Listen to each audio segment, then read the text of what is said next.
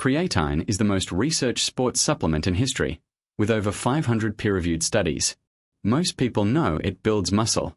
Far fewer know what the research actually shows about its effects on the brain, on aging, on bone density, and on conditions ranging from Parkinson's disease to depression. Creatine is not a niche bodybuilding compound. It is a molecule your body already produces, that your brain depends on, and that research shows benefits almost every system in your body. A meta-analysis published in Experimental Gerontology in 2018 analyzed all available randomized controlled trials on creatine supplementation and cognitive function. The pooled analysis found statistically significant improvements in memory performance and intelligence test scores with creatine supplementation, particularly under mentally demanding conditions. Importantly, the cognitive benefits were greatest in people with lower baseline brain creatine, including vegetarians, older adults, and sleep-deprived individuals. This is one of many examples where creatine research reveals effects far beyond the gym. This video draws on some of the most extensive supplement research available. The ISSN 2017 position stand by Kreider and colleagues is the authoritative safety and efficacy summary, covering over 500 studies. Avgerinos and colleagues conducted the 2018 cognitive function meta-analysis. Rawson and Venezia reviewed creatine use specifically in the elderly. And Candow and colleagues studied creatine's effects on muscle, strength, and bone in aging populations. The most persistent misconception about creatine is that it is only for bodybuilders, or that it is a steroid-adjacent substance. Research is categorical on both points.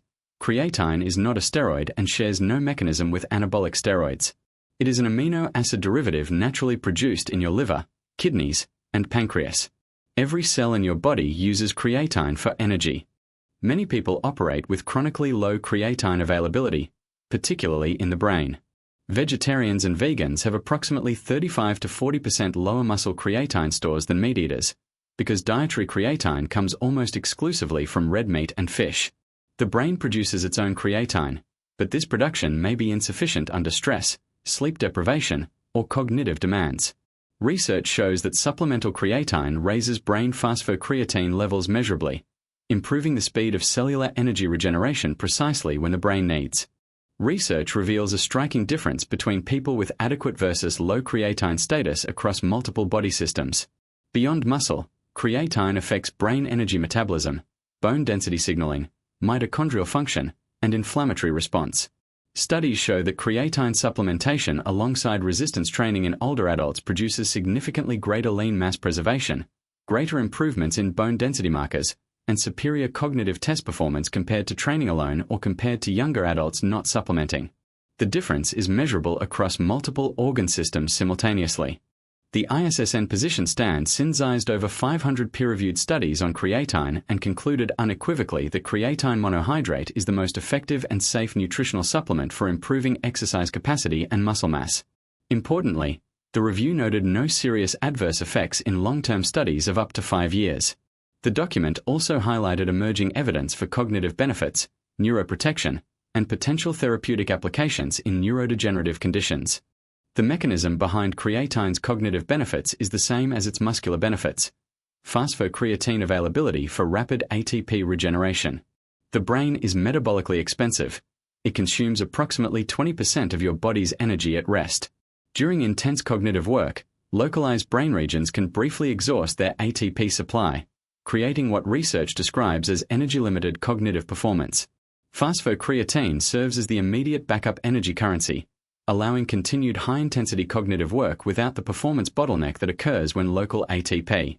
Research on creatine and aging is particularly compelling. Muscle loss with age, sarcopenia, affects approximately 30% of adults over 60 and is a leading predictor of mortality in older adults. Studies consistently show that creatine supplementation combined with resistance training produces significantly greater lean mass preservation and strength gains than training alone in older populations. Additionally, creatine has been shown to improve bone density markers, possibly through its effects on IGF-1 and bone-specific alkaline phosphatase, important.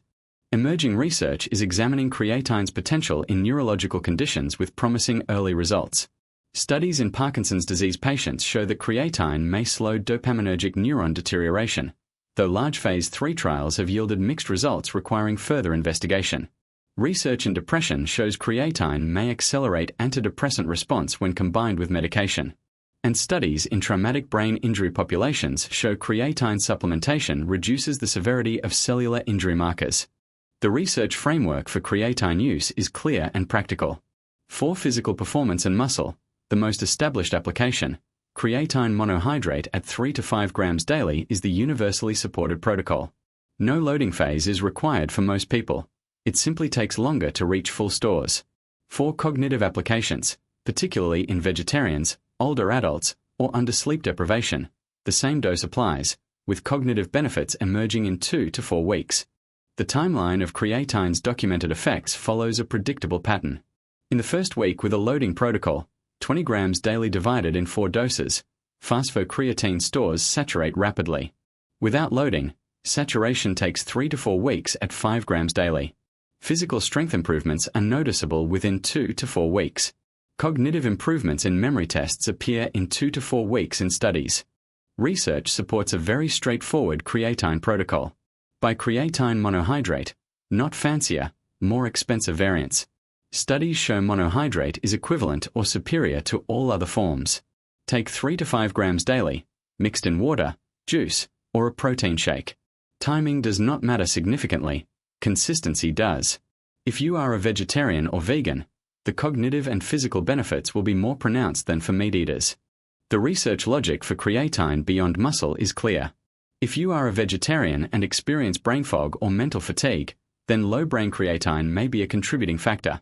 Supplementation is well supported and produces the largest cognitive effects in this group. If you are over 50 and concerned about muscle preservation, then creatine plus resistance training is the most evidence-backed non-pharmacological intervention for sarcopenia prevention. Creatine is the most studied supplement in the history of exercise science, with over 500 peer-reviewed studies and an exceptional safety record. But the research reveals that its benefits extend far beyond muscle building. It improves cognitive performance under mental demand. It synergizes with resistance training to prevent age-related muscle and bone loss.